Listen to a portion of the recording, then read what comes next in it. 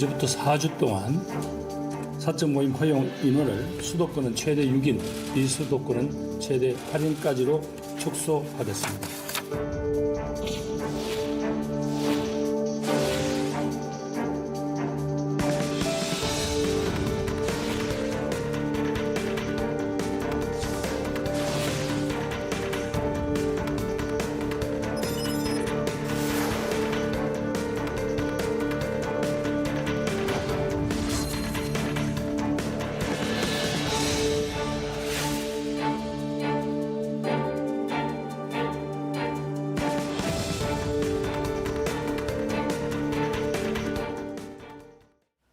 네, 확진자 증가세와 오미크론의 출현으로 일상 회복은 우선 4주간 중단이 됩니다.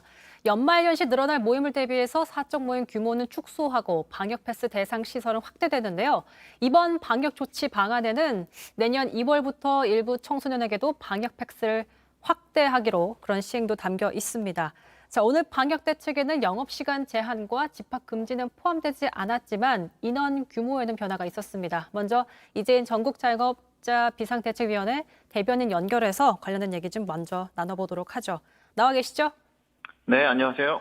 네, 우선 한 달 동안 이어졌던 위드 코로나, 어렵게 시작했던 일상 회복인데 다시 거리두기 조치가 강화됐습니다. 오늘 중대본 방역 강화 대책 어떻게 보셨나요?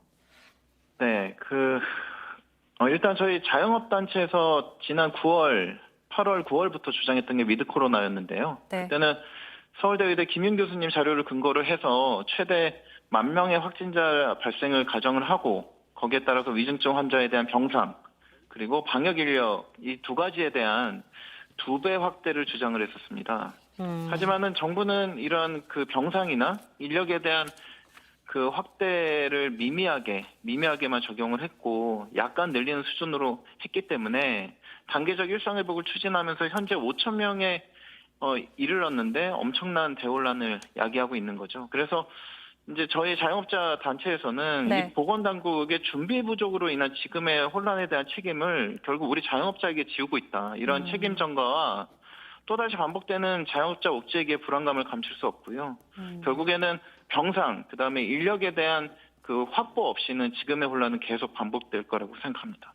어쨌든 식당과 카페를 비롯해서 14종의 시설에 방역 패스가 적용이 됐습니다. 이거에 대해서도 좀 부정적인 의견이신 거죠? 네네. 그 확진자 발생의 대부분은 종교, 요양시설, 직장, 지인과 모임 등입니다. 자영업자가 운영하는 다중이용시설은 고작 10%대에 불과한데요.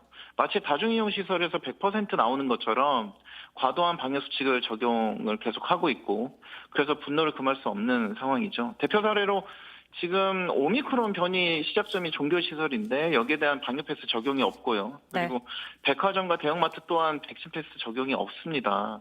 자영업자만 지금 방역수칙 백신 패스를 적용하고 있습니다. 따라서 고작 10%대에 불과한 우리 다중이용시설, 자영업자가 운영하는 다중이용시설에만 이 강화된 방역수칙을 적용할 게 아니라 보건당국은 통계에 근거해서 확진자 발생 비율에 따라서 방역수칙을 차등해서 적용을 해야 합니다. 어쨌든 자영업자에게 부담이 좀 더 증가되고 있는, 가중되고 있는 상황이다라는 말씀하셨습니다.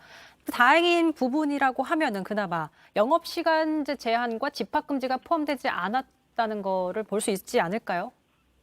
그 부분에 대해서는 가장 저희가 이제 불만인 사항이 결국에는 손실보상의 대상은 집합금지와 집합제한 단 2가지입니다. 하지만은 이 방역 패스 또한 또 다른 집합 제한에 해당됩니다. 결국에는 백신 미접종자들이 이제 오지를 못하고요. 그로 인해서 그 주변의 지인들도 다중이용시설을 이용하지 못하는 것이죠. 제가 처음에 손실보상법이 통과되었을 때 앞으로는 집합 금지나 집합 제한 처분이 없을 거라는 생각 때문에 한시름 덜었지만 이 방역 패스라는 새로운 방역 수칙이 도입되면서 지금 집합 제한과 똑같은 고통을 받고 있거든요. 따라서 지금 방역 패스를 집합 제한 범위에 포함시켜서 손실 보상이 반드시 이루어져야 한다고 생각합니다. 네, 알겠습니다. 저희가 여기까지 듣도록 하겠습니다. 인터뷰 고맙습니다. 네.